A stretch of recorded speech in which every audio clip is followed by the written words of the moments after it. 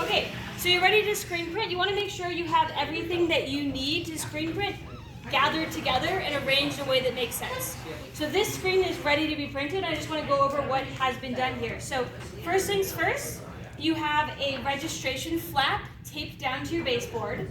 We have little bouncers here on the corners. That gives us a little bit of trampoline action.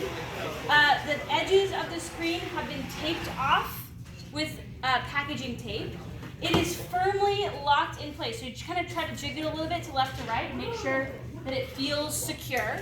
I have a squeegee that's the appropriate size for my screen. I have an ink that's been mixed up. I have some scrap paper in case things go badly. I have my printing paper for when things are going well.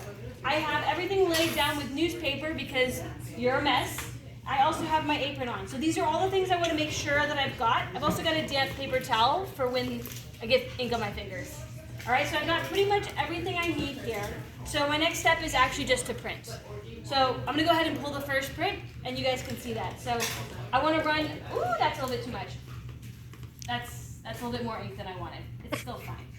It's still fine, no worries. It's better to have a little bit too much ink on your screen than not enough ink.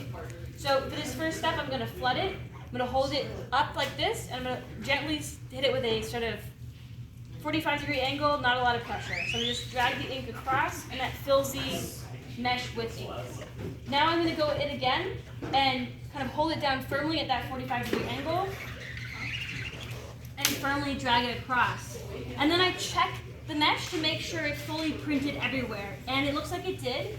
I can lift it up and you can see that is printed onto my acetate.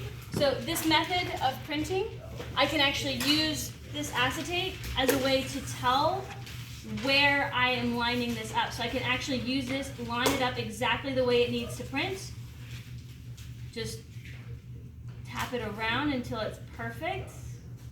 This is like a slightly slower method of registration, but it is hands-on. There we go. Then you can flip this out of the way, lower it down, and grab that puddle of ink.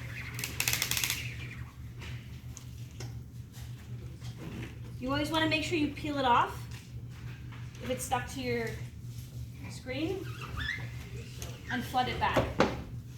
Okay? And that is a beautiful print. Yay!